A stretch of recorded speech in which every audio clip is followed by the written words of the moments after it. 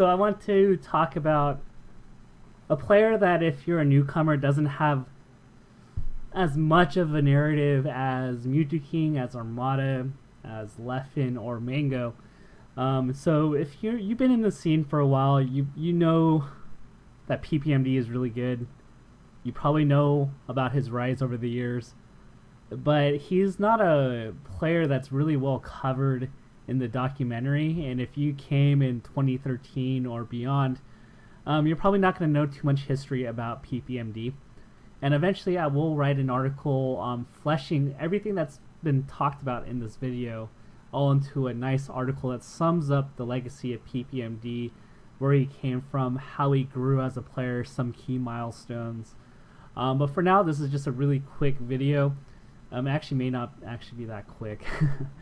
So PPMD, Dr.PeePee, obviously, you know, one of the 5 to 6 best players in the world right now. You can argue him for as high as 2 or 3, and if you know you value results and having a volume of it, then you may put him in the 5th or 6th end of thing. Needless to say, he's a really talented player. Over the past few years, you already know that, you know, he can come out of nowhere, you know, from his area of North Carolina where there's not too many really strong players, and then all of a sudden come back and then win. That's what happened at Apex 2015. It happened in Skitar 3. So there's kind of like this like mystic aura to him, not in the sense that he like is very contemplative, but he's developed this reputation for himself that he can just come back and just win at any time he wants. It's almost Isaiah or Mango-esque, that, you know, he could go away in the next year. He can come back in 2017 even, and people will still believe that he has a great chance to win. To start things off, you know, he's probably, other than Leffen, if we're to say out of the 5 gods, he was the last one to really develop himself as firmly ahead of the pack. He started in 07 as a Mario main, but he didn't really get into really strong prominence until about 2009, 2010, and that's when he started doing really well in his region of North Carolina. So there's a lot of tournaments such as Tipped Off or Herb, where he's starting to place top 5. But it wasn't until like 09, towards the end of 09, at Revival of Melee 2, where he started to go like, okay, like this guy's really good. And this is a tournament where Kage infamously defeated Mango, and as a result, PPMD, formerly known as Dr.PeePee, got 2nd place at Revival of Melee 2, placing higher than Mango as like the most as the highest placing Falco.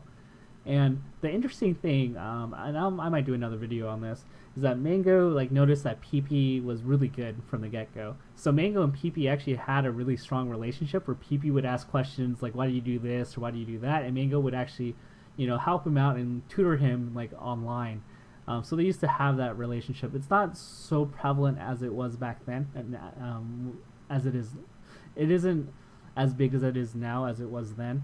But Mango noticed that this kid's really talented, even though they're roughly the same age. So Revival Melee 2 did really well. Pound 4, first big major, got 9th place. He started to do really well, but I think I forget who lose to Pound 4. I think he lost to Chudat, and no, he didn't lose to Chudat. He lost to Lucky and somebody else. I do not remember. But needless to say, his results were starting to escalate really quickly. Going to 9th place at his first nationals is really good. That's something that we rarely see in the modern era. So it became very obvious that his progression from like a top 20 level player to, you know, becoming top 5 was inevitable. And that's something that's interesting about the Big 5 or Big 6, is that their rise to the top happens very quick. If you look at the tournament records of all of them, they rose to the top very quickly. Whereas you see a top 10 or top 15 level player, they kind of rise gradually and then they hit a plateau and they don't really move up beyond that. And then there are other tournaments like Apex, where he started to do really well. But I think the big turning point for him was Revival of Melee 3. If you ever watch Mewtwo King versus PPMD, this is like his like first like big tournament, like decent sized tournament win. And what was really telling about this tournament was that PeePee had to come from losers, I believe, and Mango was willing to bet with 1-to-1 odds that PeePee was going to win over Mewtwo. And keep in mind, Mewtwo was a very strong player back then. But the fact that Mango was so confident in PeePee to win that, and coming from losers, just really shows like just how much people believed in him at that point. Lo and behold, he did win Rainbow Cruise. Shout out to that stage. And then his next really big tournament was Winter Game Fest, and this is where Mango really showed that he can't really sandbag PeePee anymore.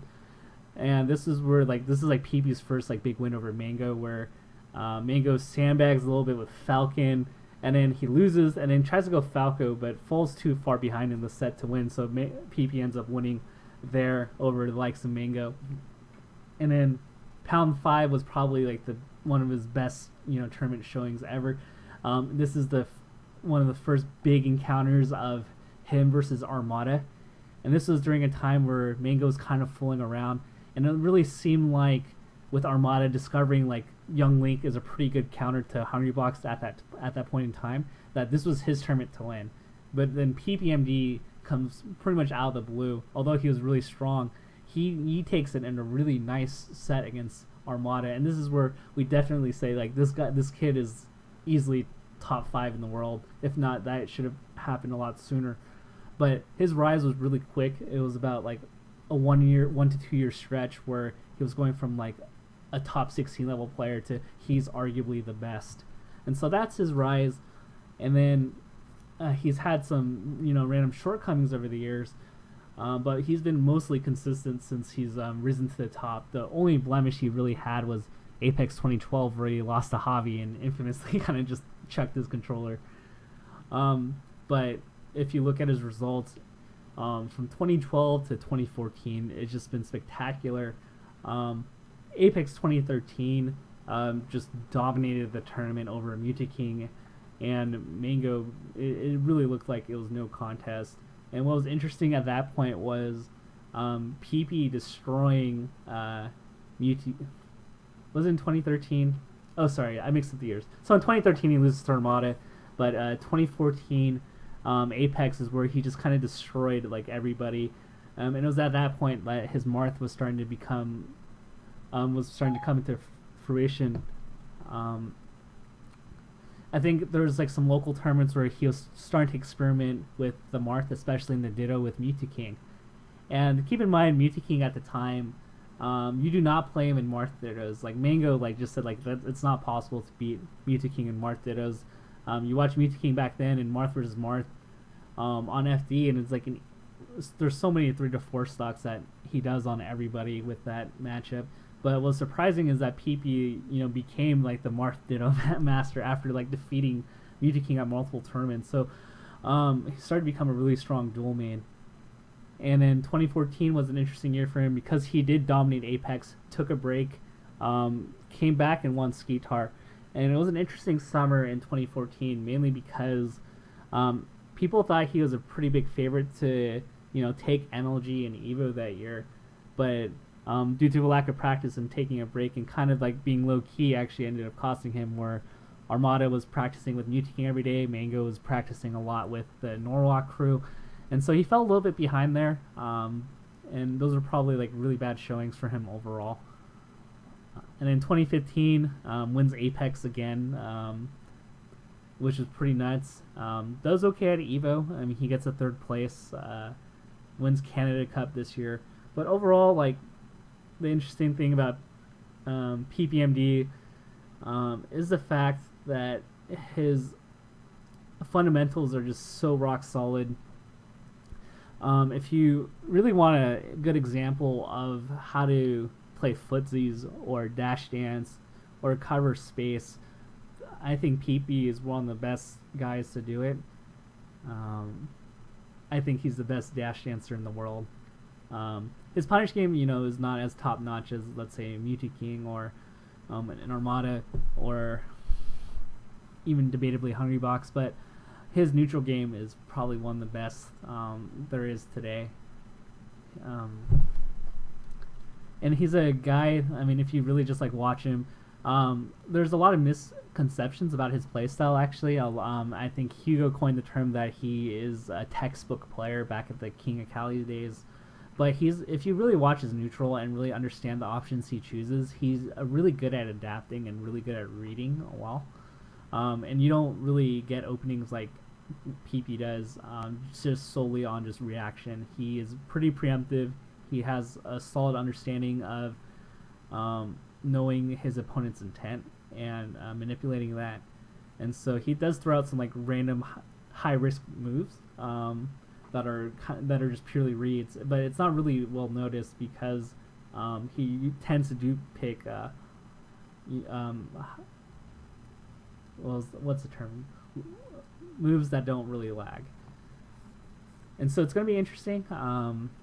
I really hope he does well at Smash Summit, and I hope he comes back into fruition in 2016.